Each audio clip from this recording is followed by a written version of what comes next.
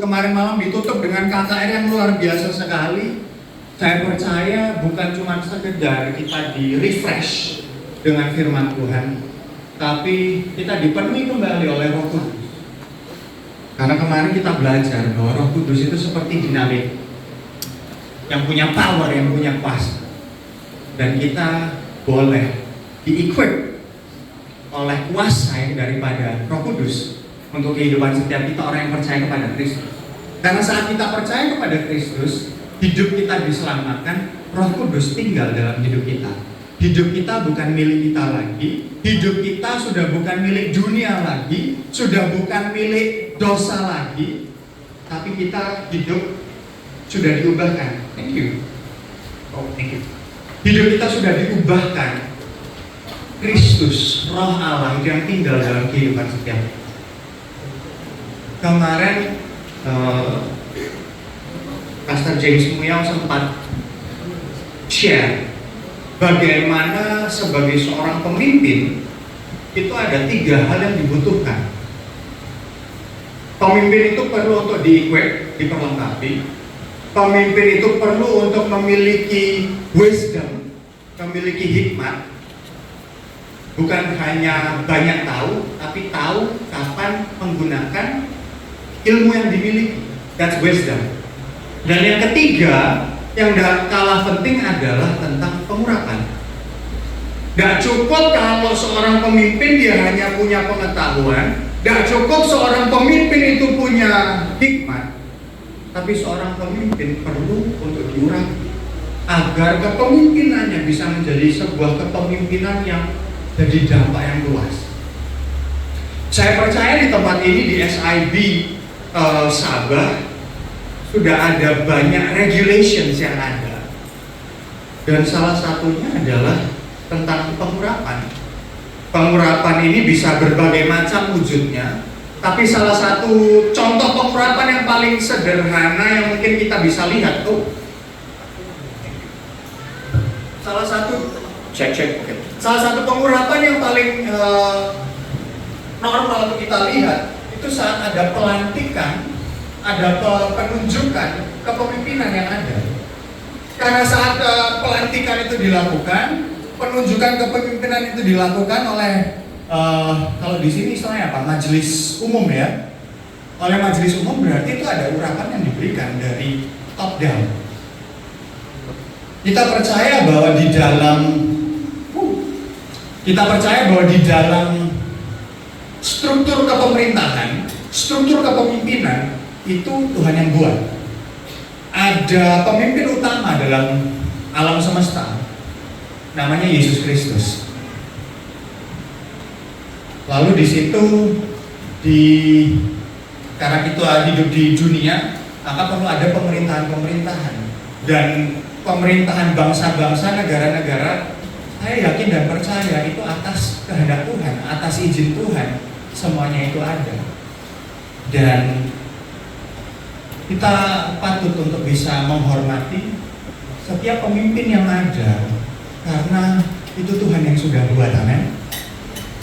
Jadi saya mau berikan perkenalan diri dulu sebelum saya lanjutkan di dalam firman Tuhan. Karena mungkin kemarin ada yang sudah datang, mungkin ada yang belum kenal. Jadi halo, salam kenal.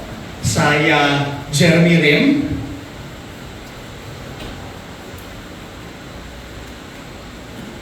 Saya Jeremy Rim. Lengkapnya Jeremy Lemuel Rim Junior. Jadi ayah saya Jeremiah Rim, saya JR-nya, juniornya. Jadi biasa dipanggil JR. Saya seorang youth pastor, saya juga associate director human resource di Yayasan Kasih Yang Utama. Jadi Senin sampai Jumat saya JR from HR. Saya weekend youth pastor di Malang. Saya juga seorang counselor and coach. Tapi yang terlebih penting, saya seorang suami dari satu istri. Saya seorang bapak dari satu orang anak yang sangat cantik. Bisa dilihat fotonya, lucu sekali. Ini ulang tahun waktu dia usia 1 tahun awal tahun ini. Kalau kita berbincang tentang pemimpin yang diurapi, proses hidup seorang pemimpin yang Anda ketahui. Saya percaya dalam hidup kita ada banyak sekali pemimpin yang Tuhan sudah izinkan untuk jadi bagian dari kehidupan kita.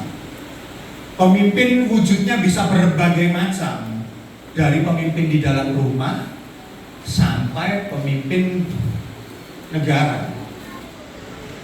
Pemimpin bisa wujudnya kalau masih sekolah itu apa, di sini ada nggak ya, kayak ketua kelas, pemimpin kelas gitu ya.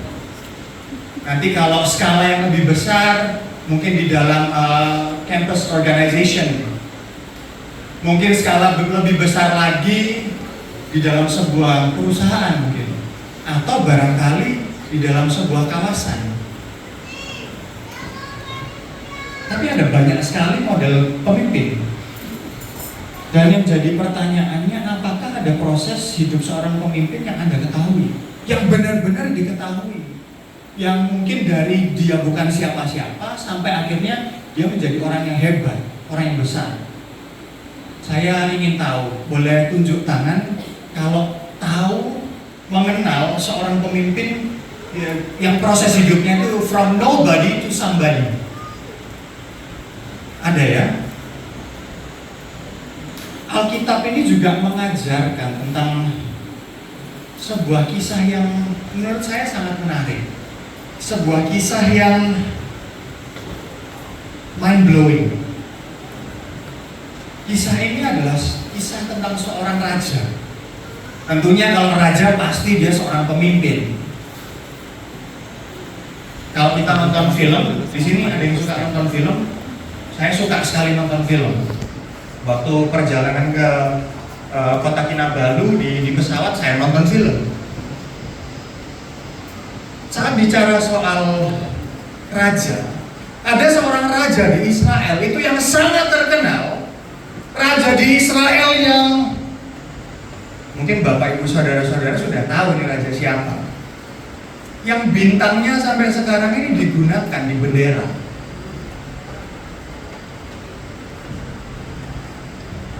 Di bendera Israel itu ada bintang, bentuknya segi 6, kayak 2 segitiga ditumpuk. Dibilang itu the Star of David, bintang Daud. Kenapa kok saya bilang Raja Daud ini menjadi seorang raja, seorang pemimpin yang dia punya impact, dia punya kejayaan itu terbesar? Karena setelah 2000 plus tahun, bahkan mungkin bisa 3000 tahun, sampai sekarang namanya masih jaya.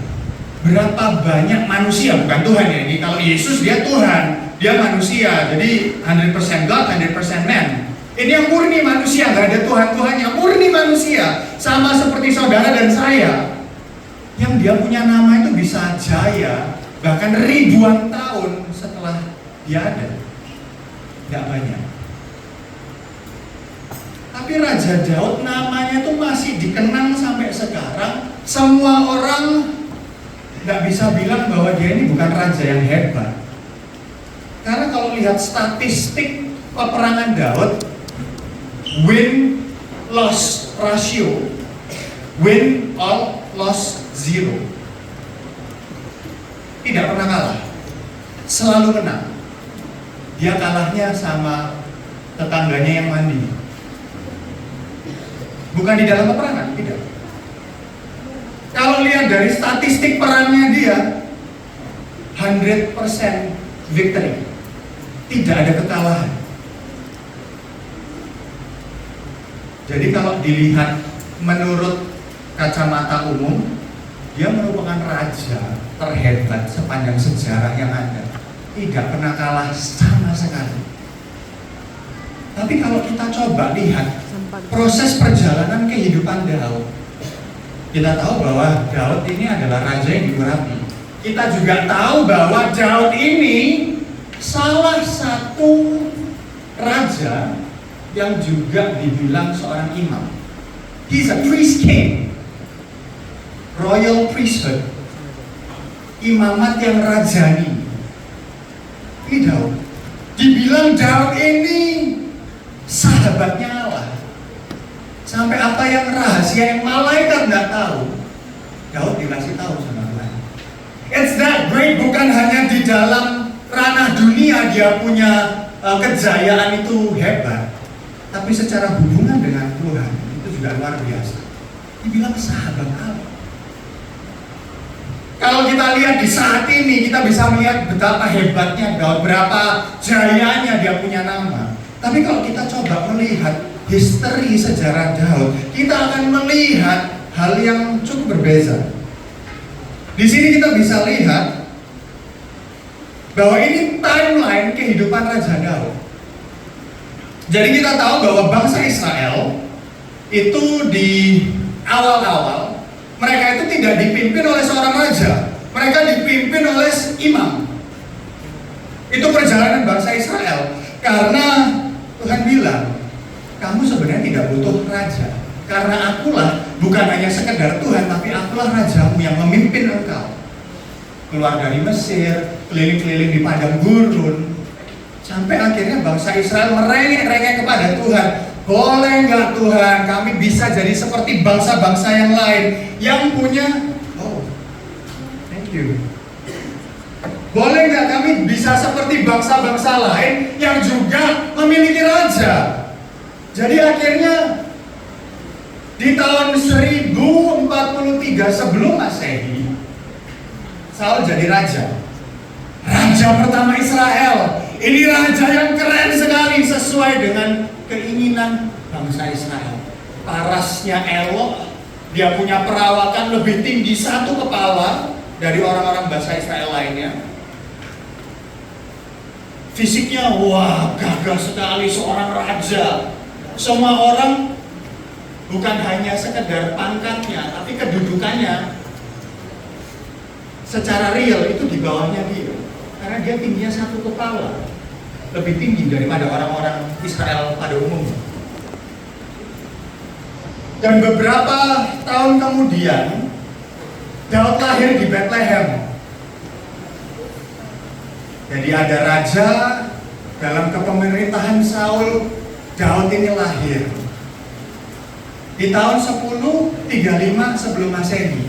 Lalu pengurapannya Daud, kita tahu Daud ini diurapi sebagai raja oleh Nabi Samuel. We know the story bahwa David ini dia underdog. Dia ini tidak dipandang, tidak dianggap oleh keluarganya sendiri. Saat Samuel datang mau mengurapi raja, Nathan ya, Samuel datang mau mengurapi raja.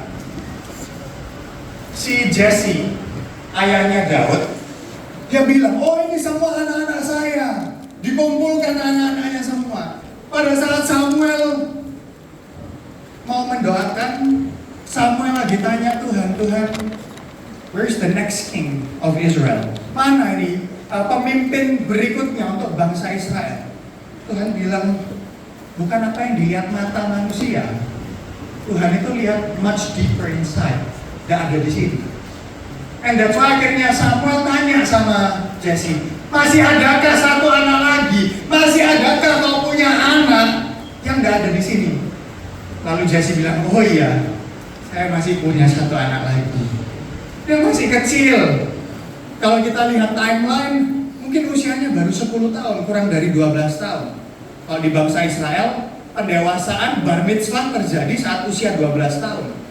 Dianggap ini sudah mulai masuk ke dalam kedewasaan, akil balik. Kalau 10 tahun, masih 2 tahun lagi paling tidak. Masih anak-anak. Apa sih artinya anak-anak? Dia lagi di padang menggembalakan 2-3 ekor kambing domba. Bukan 23 ya, 23. Pegang satu kanan, pegang satu kiri, cukup, sudah.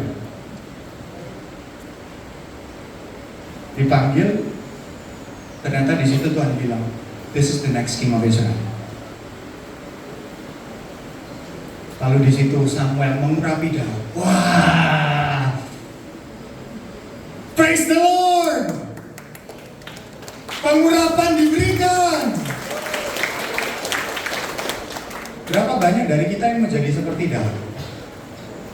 Diurapi dari masa mudanya, diurapi sejak awal kehidupannya.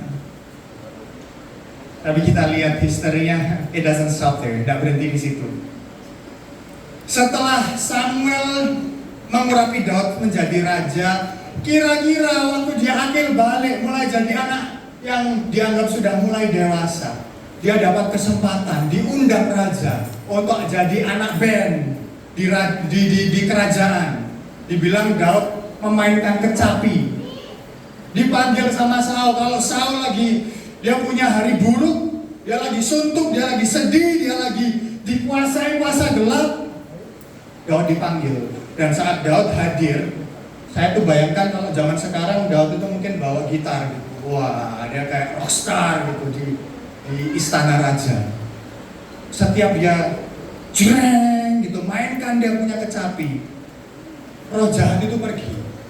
Saul itu jadi tenang. Saul mendapatkan damai sejahtera. Saul mendapatkan sukacita. Roh Tuhan itu hadir. Lalu tidak berhenti di situ. Kita tahu kisah Daud dan Goliat. Wah, ini juga kisah yang sangat mencengangkan, sangat keren sekali.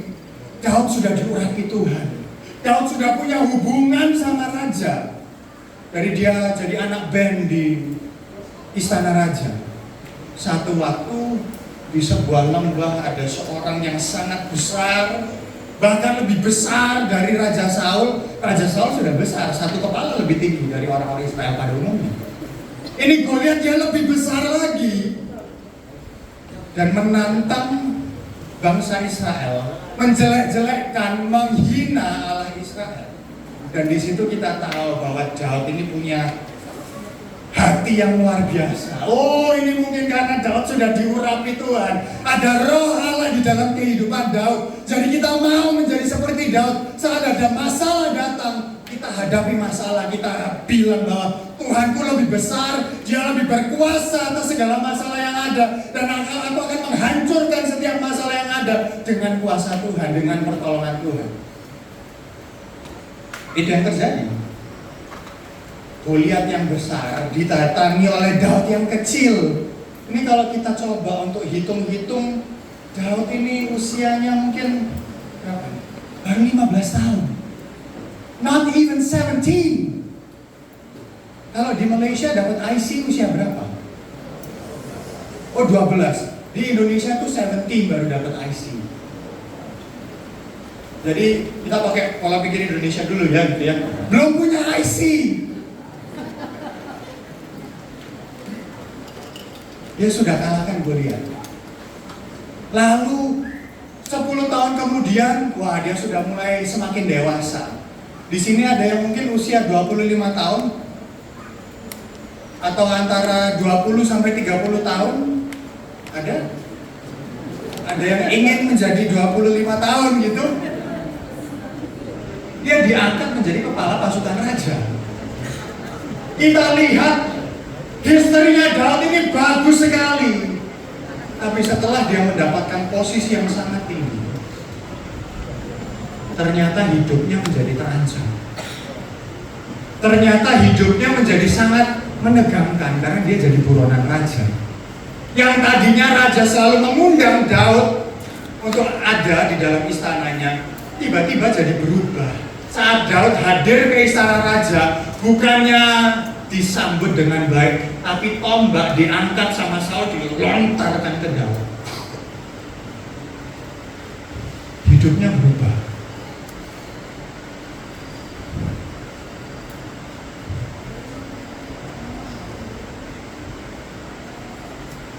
Dan kalau kita melihat Daud diurapi sampai akhirnya dia jadi buronan, itu 17 tahun. 17 years. Dari pertama dia diurapi menjadi seorang raja, dia tunggu 17 tahun. Hasilnya adalah bukan dia menjadi raja, dia jadi buronannya raja, jadi wanted by the king, dead or not alive, dead or dead. Sekarang pertanyaannya saya tanyakan lagi, ada yang mau jadi Daud?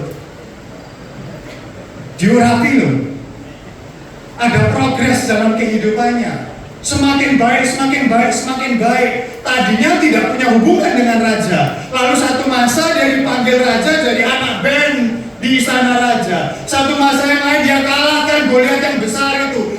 menjadi ancaman untuk bangsa Israel. Dia dielu-elukan. Dia jadi seorang pemimpin pasukan yang luar biasa. Dibilang Saul mengalahkan beribu-ribu, Daud mengalahkan berlaksa-laksa. Jauh lebih banyak daripada Saul. Jauh lebih hebat daripada raja. Based on history, tidak pernah ada kekalahan di dalam pertempuran-pertempuran yang Daud buat. 17 tahun. Bukan menempati kedudukan yang baik. Bukan hidupnya menjadi lebih tenang, lebih makmur. Dia ini menantunya raja. Saat dia kalahkan Goliat, diberikan istri, anak raja. Jadi ini sudah anggota kerajaan. Kalau di sini apa, datuk ya? Punya posisi. Tapi malah jadi buronan raja. Kalau kita lihat lebih jauh lagi kehidupan Daud,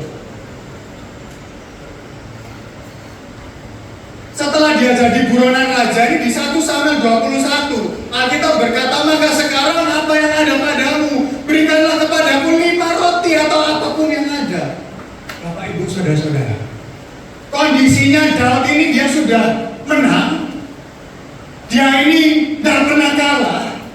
Tapi karena dia jadi buronan raja, dia itu hidupnya itu harus lari ke sana kemari. Dari yang tadinya dia ini tinggal mungkin di lingkungan kerajaan karena dia jadi menantu raja. Dia punya akses yang luar biasa untuk kerajaan Israel. Seluruh pasukan Israel itu ada di bawah kuasanya. Tapi pada satu masa dia harus melarikan diri sejauh-jauhnya. Bahkan untuk makan pun dia tidak punya.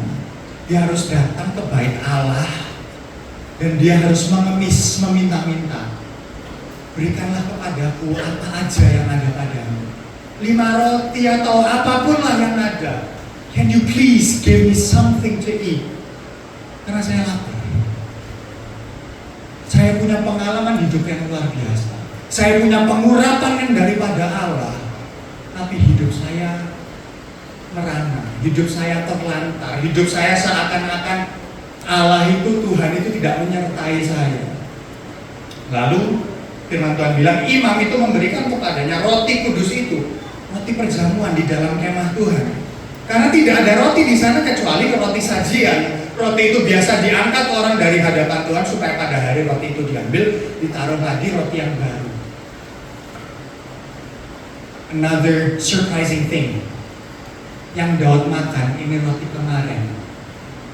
Ini roti, udah roti tak beragi itu biasa sudah keras. Ini kalau orang Surabaya bilang sudah melempem, sudah masuk angin, sudah tidak crunchy lagi, sudah tidak soft lagi. Harusnya crunchy jadi keras, harusnya soft jadi keras. Jadi macam makan itu susah. Dari seorang panglima yang hebat, dari orang yang dia tinggal dengan para bangsawan anggota kerajaan, dia harus masuk ke dalam pelarian yang panjang, pelarian yang sangat melelahkan, pelarian yang sangat berat dalam kehidupannya. Jadi benar-benar saat Daud melarikan diri, Daud ini lari cuman bawa tubuhnya aja, gak bawa apa-apa.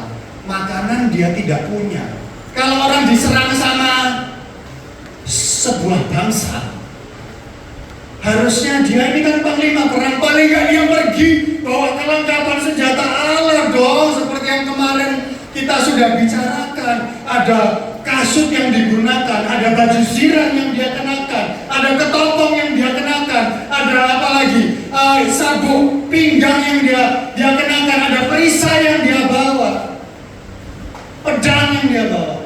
Tapi dia tidak bawa apa-apa. Dia datang ke Alimelek. Dia bilang, tidak ada kepadamu di sini tombak atau pedang. Saya tidak bawa apa-apa. Bahkan mungkin kalau di sini Daud tidak even bawa pocket knife, Swiss Army, dia tidak bawa. Nothing. Dibilang sebab baik pedangku maupun senjataku tidak dapat ku bawa karena perintah raja itu mendesak. It's that urgent. It's that scary, sangat menakutkan. Sampai Daud itu harus lari tanpa bawa apapun. Kemudian berkatalah imam itu, pedang Goliat, orang Filistin yang terpukul kalah itu, yang kau pukul kalah di lembah Karbantim, itulah yang ada di sini, terbungkus dalam kain di belakang efod itu. Jika engkau tidak mengambilnya, ambillah. Yang lain tidak ada, hanya ini. Kata Daud, tidak ada yang seperti itu, berikanlah kepadaku. Daud itu diceritakan orangnya kecil, bukan orang yang hebat besar. Dia bawa pedang Goliat.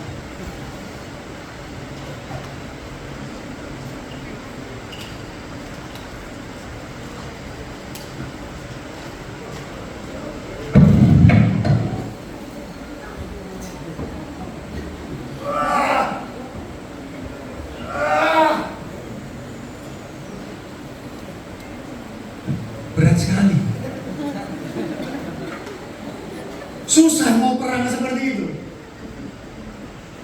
Orang dia biasanya bawanya ali-ali.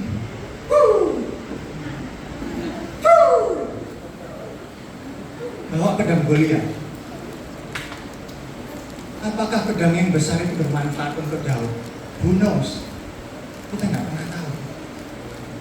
Apa yang kita tahu pasti itu nggak cocok untuk Daud. Urapan Tuhan, perjalanan kehidupan Daud, kita lihat pelik sekali. Proses kehidupan Daud pelik sekali. Katanya Daud diurapi, Tuhan, saya mau seperti Daud. Tuhan, saya nggak jadi mau seperti Daud kalau tahu proses hidupnya seperti apa. Berat sekali hidupnya Daud. Kalau dilanjutkan di 1 Samuel 21 ini, boleh bantu next. Nah, jadi ceritanya setelah Daud dapatkan pedangnya Goliat, setelah dia dapatkan roti perjamuan itu, ada orang yang melihat, oh Daud ada di sini. Dilaporkan kepada raja. Daud memperhatikan perkataan itu dan dia menjadi takut sekali kepada Akis, raja kota Gat itu. Sebab itu yang berlaku seperti orang yang sakit ingatan di depan mata mereka dan berbuat pura-pura gila di dekat mereka, yang menggores-gores pintu gerbang, membiarkan ludahnya meleleh ke janggutnya, lalu berkata Akis kepada para pegawainya, tidakkah kamu lihat bahwa orang itu gila, crazy, insane? Mengapa kamu bawa dia kepadaku? Kekurangan orang gilakah aku? Maka kamu bawa orang ini kepadaku supaya menunjukkan gilanya dekat aku. Patutkah orang yang demikian masuk ke dalam istana raja?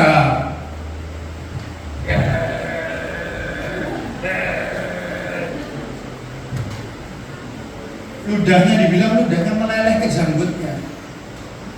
Bayangkan, orang yang diurapi Tuhan. Diurapi Tuhan dari masa kecilnya. Proses kehidupannya sudah melewati berbagai macam hal. Dia sudah merasakan dari bawah kambing domba yang cuma 2-3 ekor kambing domba, sampai bawa pasukan yang besar untuk pergi berperang dan mengalahkan berlaksa-laksa. Tapi dia harus direndahkan sampai serendah-rendahnya. Harga diri sudah nggak tahu ada di mana. Pura-pura jadi orang gila untuk menyelamatkan dirinya, karena saking takutnya dia dikejar-kejar oleh Raja Saul yang mau membunuhnya. Kalau kita baca selanjutnya di 1 Samuel 22 itu mengatakan bahwa di situ Daud pergi akhirnya ke Gua Adulam. Kemarin juga sudah sempat dibahas oleh Pastor James Muyal tentang bagaimana Gua Adulam ini menjadi sebuah tempat yang very special untuk Daud.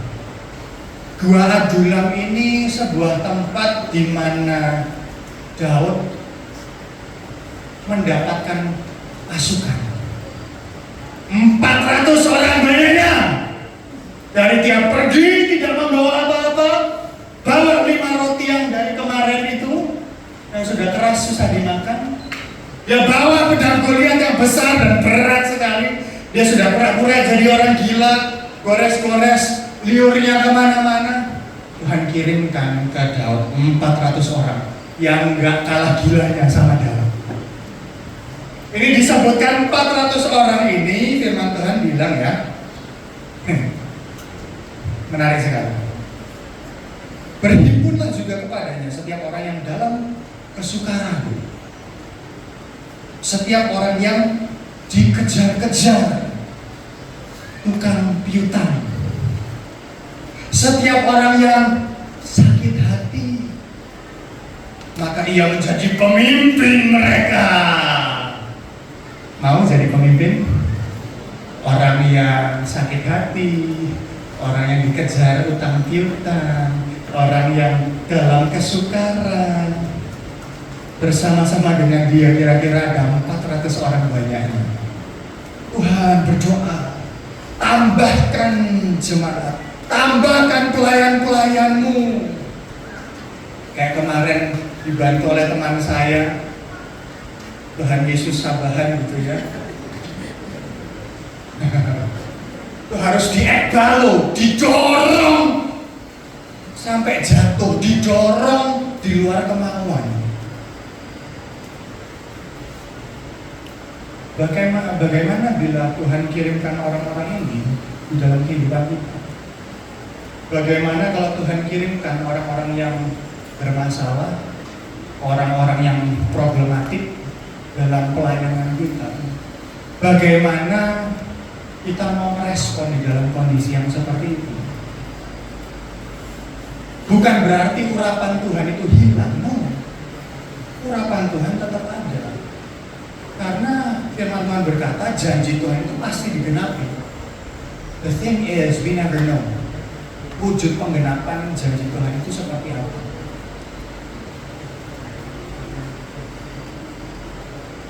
So when we look at the history, kita bisa lihat ada lanjutannya.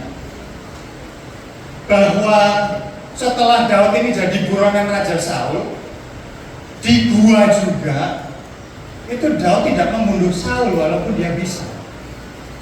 Urapan yang dari Tuhan bukan hanya saja diberikan kepada Daud, tapi urapan Tuhan itu juga diberikan kepada Saul.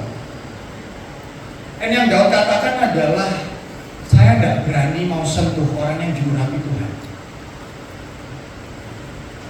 That is a great honor, penghormatan yang tinggi yang diberikan dari Daud kepada Saul, bukan karena apa yang Saul lakukan, tapi karena apa yang Tuhan sudah lakukan dalam kehidupan Saul. Saul diurapi Tuhan. Mau Saul kehidupannya sekarang menjadi jahat, tidak mengikut Tuhan, he was the man that God anointed. Dia orang yang sudah diurapi Tuhan. Dengan kata lain, kalau kita percaya bahwa Tuhan adalah pemimpin tertinggi atas kehidupan kita, siapapun pemimpin yang ada di atas kita, what we can do is pray for them. Mau mereka kondisi baik, mau mereka kondisi buruk, mau mereka dulu baik, akhirnya sekarang jadi buruk, kita berdoa kepada mereka. Kita bisa contoh Daud. Daud tidak membunuh Saul walau bisa. Yang dia lakukan cuma potong seujung jubahnya Saul. Dan dia let Saul know, hey, saya sempat punya kesempatan, tapi karena kamu orang yang diurapi Tuhan, saya tetap mau respect and honor you. Bukan karena apa yang Anda lakukan, tapi karena Tuhan sudah berikan urapan atas kehidupanmu. Kalau Tuhan masih berikan kedudukan, kalau Tuhan masih berikan jabatan, kalau Tuhan masih berikan kesempatan untuk memimpin bangsa Israel, I'm gonna honor you because I'm honoring God. Lalu di tahun 1000 sebelum Masehi, Raja Saul dan ketiga anaknya mati di dalam sebuah peperangan. Tahun 993 sebelum Masehi, barulah Daud ini menjabat sebagai seorang raja. Dan setelah dia menjadi raja, dia berencana membangun Bait Allah.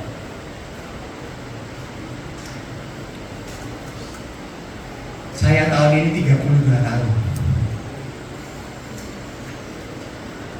Dari saya lahir sampai saya hari ini itu waktu yang dibutuhkan dari dia diurapi sampai penggenapan firman Tuhan itu terjadi dalam kehidupan.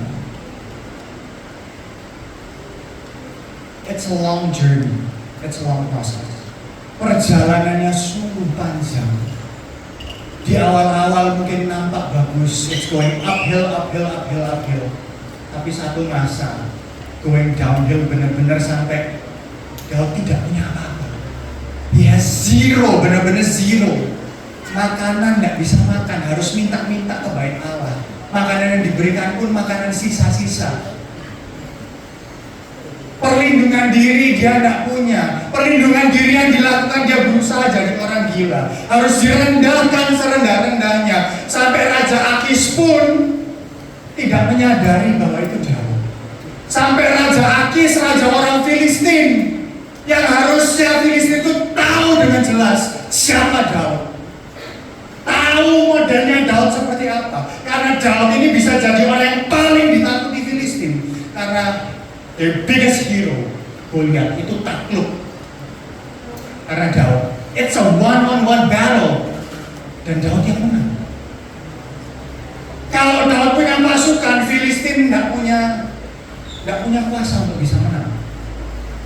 Bahkan Raja Akis pun, Raja Filistin, even he didn't recognize David. Karena dia harus merendahkan diri serendah-rendahnya, acting seperti orang gila supaya dia bisa selamat. Berapa banyak dalam kehidupan setiap kita yang Tuhan sudah taruh janji dalam hidup kita. Ada urapan Tuhan diceritakan, diberitakan dalam kehidupan kita. Ada janji Allah yang Tuhan sudah berikan dalam hidup kita. Tapi kita merasa bahwa Tuhan kapan? I feel like beberapa tahun di awal setelah nubuat itu diberikan dalam kehidupan saya. Saat janji Tuhan itu dinyatakan dalam kehidupan saya, diberitakan kepada saya, I feel like di situ mulai perjalanan kehidupan saya mulai membaik. Saya mulai bisa melayani Tuhan dengan luar biasa. Kehidupan keluarga saya mulai dipulihkan. Pekerjaan saya menjadi lebih baik. Tapi kenapa Tuhan? Di waktu ini saya ada di kondisi terendah dalam hidup saya.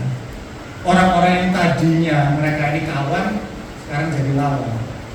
Orang-orang yang tadinya support, ini sekarang berusaha menjatuhkan saya. Saya sudah pernah di backstab, ditusuk dari belakang. Saya pernah dilakukan hal-hal yang tidak seharusnya saya terima. Why Lord? Bukankah janjimu itu ya dan amin? Bukankah urapanmu itu urapan tertinggi? Tidak ada kuasa yang bisa mengalahkan kuasamu. Tapi kenapa Tuhan? Kenapa kok kehidupan saya ini tidak berjalan sesuai dengan yang kau janjikan? Daud butuh waktu 32 tahun untuk penggenapan janji Tuhan.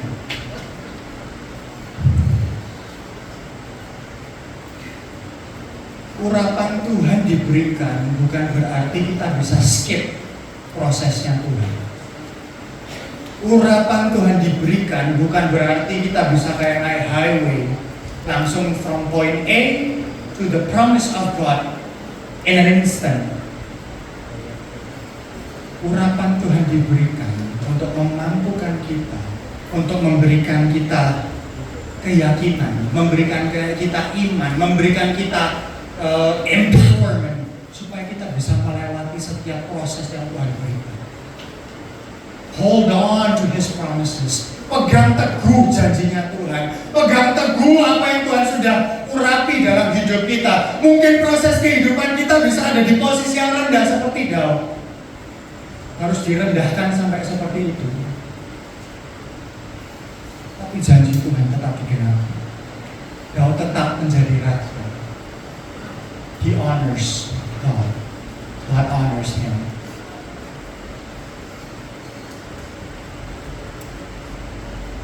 Kisahnya selesai? No, kisah belum selesai. Ini kisah saat Daud sudah menjadi raja. Jadi kisahnya pada saat itu tabut Tuhan tidak ada di bangsa Israel, tapi tabut Tuhan ini ada di Filistin. Daud honors God. Dia sangat menghormati Tuhan. Jadi dia mau agar tabut bait Allah, the presence of God, bisa ada di tempat yang seharusnya, which is in Israel, tempat di mana Tuhan itu berdiam. So, dilakukan dengan benar, dilakukan dengan baik. Karena pada saat mereka coba lakukan pertama kali, ada satu orang yang mati. Dia punya nama Uza. Yang dia lakukan baik, tabut Allah ditarik oleh kereta lembu, tabut Allah mau jatuh. Lalu dia lakukan, oh jangan sampai tabut Allah jatuh. Dan tiba-tiba, bam, he's dead, mati. Ternyata ada cara yang benar untuk membawa tabut Tuhan, bukan untuk digunakan fasilitas yang baik. Tuhan nggak peduli dengan fasilitas. God wants a relationship with His people. Dia mau hubungan dengan umatnya.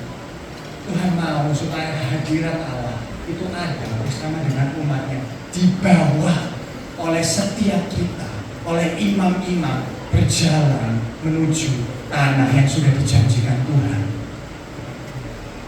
Saat tabut Tuhan dibawa dengan cara yang benar, dengan cara yang tepat, di sini dibilang apabila pengangkat-pengangkat tabut Tuhan itu melangkah maju 6 langkah, maka ia mengorbankan seekor lembu dan seekor anak lembu gemukan.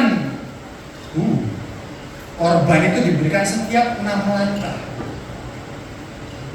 Kalau Tuhan itu orang Sabahan, yang dikorbankan Sinalobakas.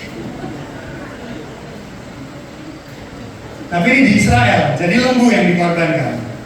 Dan Daud itu menari-nari di hadapan Tuhan dengan sekuat tenaga. Ia berbaju efod dari kain lengan. Daud dan seluruh orang Israel mengangkut tabut Tuhan itu dengan diiring sorak-sorai dan bunyi sangkakala. It's such a beautiful scenery. Gambaran yang sangat indah saat kita baca ini. Tapi sayangnya kalau kita lanjutkan, harusnya seorang imam itu bukan hanya mengenakan kain efod saja. Karena baju imam itu lebih dari sekedar kain efod. Kain efod itu macam hanya pakai underwear. Kalau zaman sekarang kain efod itu mungkin modelnya hanya seperti speedo, segitiga. Sangat memalukan. Sangat memalukan. Nggak boleh itu naik di atas mimbar kalau sampai hanya pakai speedo. Bener ya? Setuju ya? Saya pun setuju. Ya setuju kalau misalnya ada yang membawa firman Tuhan, orang yang diurapi Allah, dia cuma pakai speedo aja. Gimana? Ya harus pakai yang proper dong, harus yang baik dong. Supaya dipandang memuliakan Tuhan, gak bikin malu Tuhan. Dan ini juga yang dikatakan sama istrinya ketika tabut Tuhan itu masuk kota Daud. Maka Mikal, istrinya Daud, anak perempuan Saul, yang diberikan kepada Daud saat dia selesai mengalahkan Goliat, menjenguk dari jendela, lalu melihat Raja Daud meloncat-loncat serta menari-nari di hadapan Tuhan. Sebab itu memandang rendah Daud dalam hatinya. Ketika Daud pulang untuk beri salam kepada seisi rumahnya, keluarlah Mikal, binti Saul, mendapatkan Daud. Bapak ibu, para istri-istri berapa banyak saat suami pulang dikasih ceramah, tidak seharusnya seperti itu, harusnya itu yang baik seperti ini. Dan Mikal berkata kepada Daud, betapa raja orang Israel, kamu ini orang yang terpandang, kamu ini orang yang dekat dengan Tuhan, kamu ini punya kedudukan. Menelanjangi dirinya pada hari ini di depan mata budak-budak perempuan para hambanya. Aduh, that's very tabu ya. Merasa dirinya terhormat pada hari ini, seperti orang hina dengan tidak malu-malu menelanjangi dirinya. Kalau kita lihat perjalanan kehidupan Daud, dia orang yang diurapi Tuhan. Dia punya proses kehidupan yang panjang. Dan ada 2 masa dalam hidupnya, dia direndahkan serendah-rendahnya. Masa yang pertama yang tadi, saat dia tidak punya apapun, Dia harus jadi seperti orang gila. Oke lah, kalau itu saya punya masalah, saya coba hadapi masalah sendiri. I do my best. Mau posisi paling rendah, oke lah, oke Tuhan, that's okay. Tapi ini istri, orang yang harusnya bisa dipercaya, orang yang harusnya kalau firman Tuhan 1 tambah 1 bukan lagi 2, tapi jadi 1.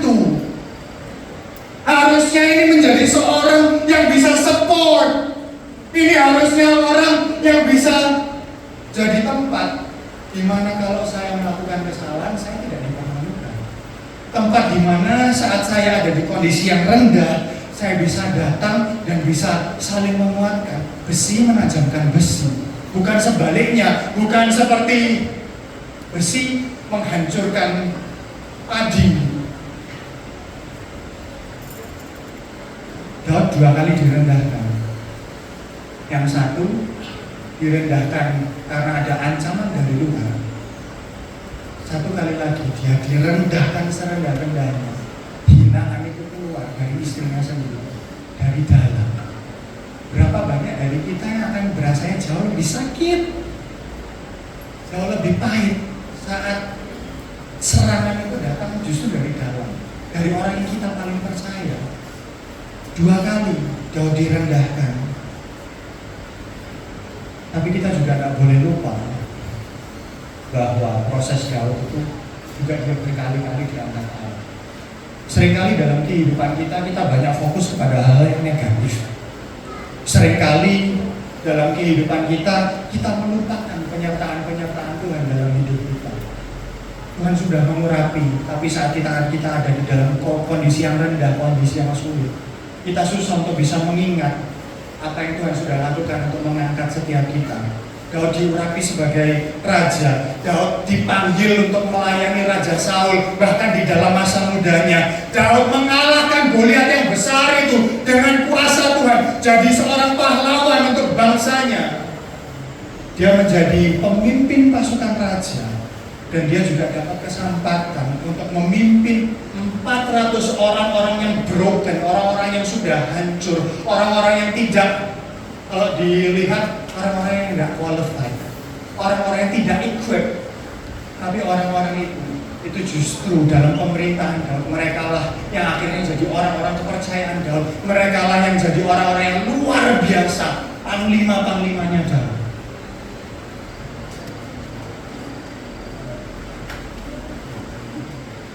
This is the story of my dad, ayah saya, the late evangelist Jeremiah Ring.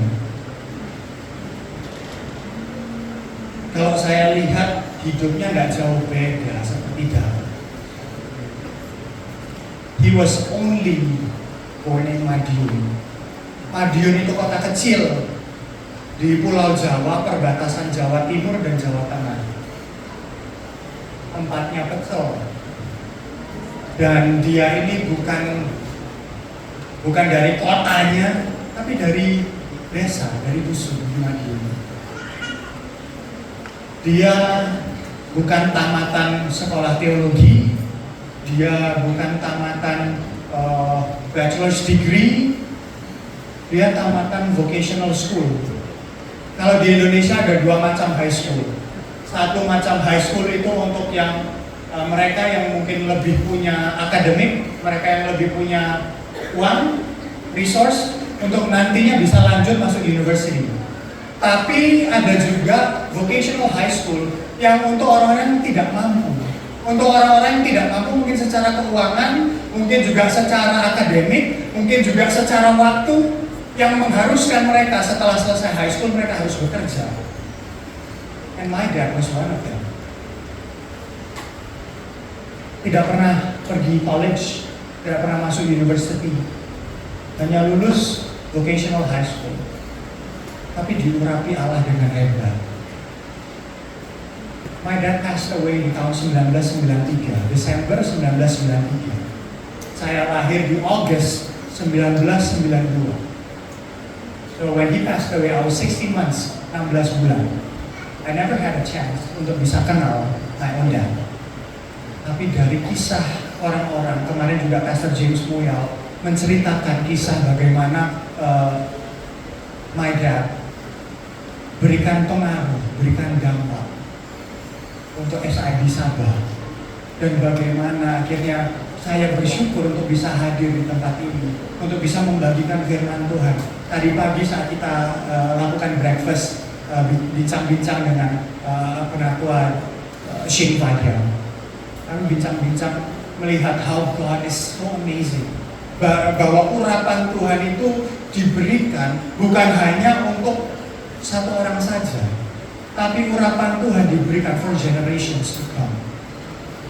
Kalau di masa yang silam, masa yang lampau, Pastor James Muyao and my dad used to serve together. Masa sekarang, bersyukur, glory be to God, honor be to Him, bahwa saya boleh punya kesempatan untuk serve together dengan penatua Shane Fadia.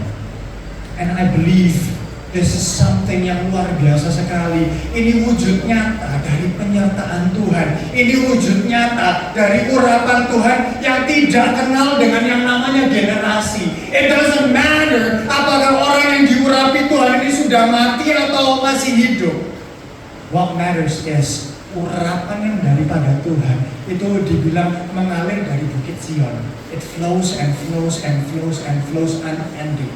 Urapan yang Tuhan berikan itu tidak bisa terhenti hanya karena ada orang yang meninggal. Urapan yang Tuhan berikan itu tidak terhenti saat kondisi menjadi buruk. Urapan yang Tuhan berikan itu tidak terhenti saat kita ini hidupnya direndahkan Tuhan. Justru through the process, urapan yang Tuhan berikan menjadi semakin nyata, semakin powerful, karena kita sudah melewati the hills and the valleys.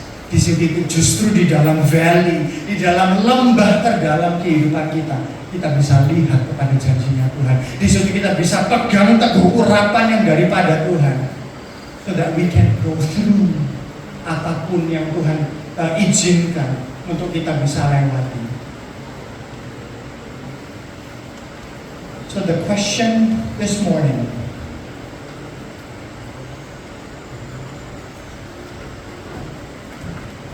apakah kita berjalan sendiri atau bersama Tuhan untuk menjadi seorang pemimpinnya Tuhan? Pemimpin yang Tuhan urapi. Saya percaya bahwa setiap orang percaya diberikan kuasa untuk menjadi pemimpin.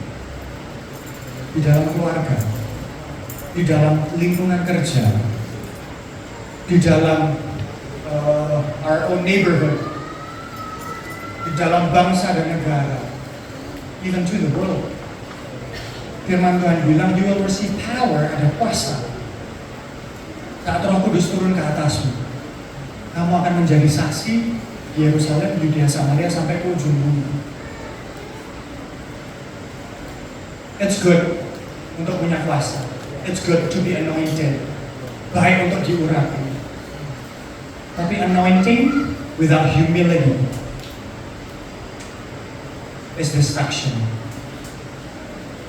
Urapan yang Tuhan berikan, kalau tidak ada kerendahan hati untuk tunduk sama Tuhan, Sang pemberi urapan itu akan menghancurkan kehidupan kita. Lucifer adalah seorang malaikat. Ya, tentunya diurapi Tuhan karena dia jadi pemimpin praise and worship di surga. Tidak punya humility. Dia mau merasakan sedikit kemuliaan Tuhan. Yang terjadi distraction, dibuang dari hadapan Tuhan, dan yang akan dialami adalah kematian untuk selama-lamanya, api yang kekal, hell. Jangan sampai urapan yang Tuhan sudah berikan dalam kehidupan kita itu malah jadi kesombongan dalam hidup kita. Jangan sampai urapan yang Tuhan berikan dalam kehidupan kita saat kita sudah bisa jadi seorang pemimpin di dalam keluarga, jadi seorang pemimpin di tempat kerja, jadi seorang pemimpin di tempat pelayanan kita di gereja, jadi seorang pemimpin mungkin di lingkungan-lingkungan pemerintahan yang kita dapat kesempatan. Jangan sampai kita hilang humility kita. Jangan sampai kita hilang respect pada orang-orang yang Tuhan sudah urapi pada masa-masa yang lampau. Jangan sampai kita jadi arogan, jadi besar diri, jadi angkuh merasa bahwa sekarang aku ini orang yang diurapi Allah. Apa kita berjalan sendiri atau bersama Tuhan untuk menjadi pemimpin yang diurapi? Saat hidup kita berjalan bersama dengan Allah, saat kita mengikuti firman Tuhan, hidup kita mau tidak mau, kita akan tunduk, kita akan submit, kita akan humble, because we know who we are. Yang memberi urapan itu Tuhan, yang memberikan kuasa itu Tuhan, yang memberikan kedudukan itu Tuhan, yang punya resource itu Tuhan, bukan kita. Saat kita berjalan bersama Tuhan, saat kita diurapi Tuhan, saat ada humility dalam kehidupan kita, kita bisa menjadi seorang pemimpin yang punya dampak besar untuk lingkungan kita, untuk bangsa kita, untuk negara kita, dan bahkan to the ends of the world, sama seperti apa yang firman Tuhan katakan. It requires humility, untuk kerendahan hati, untuk kita bisa bilang kepada Tuhan, Tuhan, ini aku, bekerjalah dalam hidupku. It requires humility untuk melakukan hal itu. It requires humility, butuh kerendahan hati untuk kita bisa bilang, Tuhan, apa yang Kau mau buat dalam hidupku, bukan apa yang aku mau buat, tapi biar kehendak-Mu yang jadi dalam hidupku. Membutuhkan kerendahan hati untuk kita bisa secara jujur dengan kesungguhan hati kita katakan kepada Tuhan, Your will be done. Maukah kita untuk diurapi Tuhan? Maukah kita punya kerendahan hati supaya pengurapan yang daripada Tuhan tidak membawa kehancuran dalam hidup kita, tapi urapan yang daripada Tuhan bisa membawa kemuliaan bagi Tuhan. Amin. Let's pray. Bapak, kami bersyukur untuk pagi hari ini. Kami bersyukur bahwa Engkau adalah Allah yang luar biasa. Bukan hanya saja Kau tunjukkan dalam kehidupan kami melalui firman-Mu tentang tokoh-tokoh Alkitab yang bisa jadi pedoman, tapi bahwa Engkau adalah Allah yang senantiasa ada bersama dengan kami, dan Roh-Mu yang hidup itu yang senantiasa untuk bisa mengingatkan kami agar hidup kami bukan cuma sekedar kami hidup di dalam urapan Allah, tapi kami juga hidup dalam kerendahan hati, dalam hidup yang tunduk kepada pimpinan dalam hidup setiap kami. Bapak, ajarkan kami untuk kami bisa put our trust in You. Ajarkan kami supaya kami bisa menerima urapan-Mu dengan kerendahan hati. Ajarkan kami supaya kami tidak menjadi sombong, kami tidak menjadi besar kepala karena pengalaman hidup yang kami punya.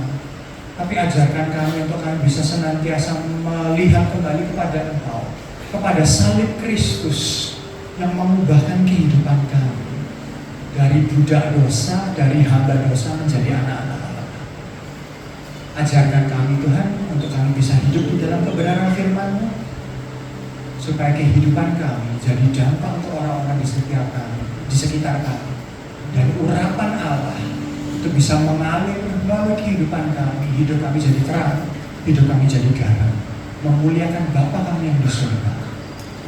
Terima kasih Bapa, bekerjalah senantiasa dalam hidup kami. Roh Kudus pimpin kami, ubahkan kehidupan kami. Di dalam nama Tuhan Yesus Kristus kami berdoa. Amin. Tuhan berkati.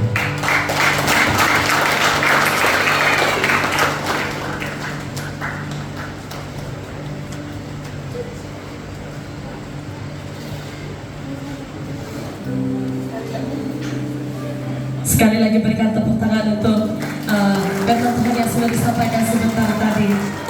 Belajar sesuatu hari ini, gak betul?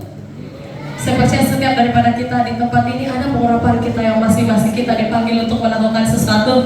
Dan seperti kata firman Tuhan tadi, macam Daud, dia tahu apa dia perlu buat dalam hidup dia. Dan saya sendiri pun dan kita semua yang ada di tempat ini, mari kita sama-sama cari itu. What is it that God really wants us to do? Kan? Ada setuju dengan saya? Yes. Alright, kita akan masuk di dalam pengumuman sidang. Mari kita sama-sama saksikan screen dan enjoy the pengumuman.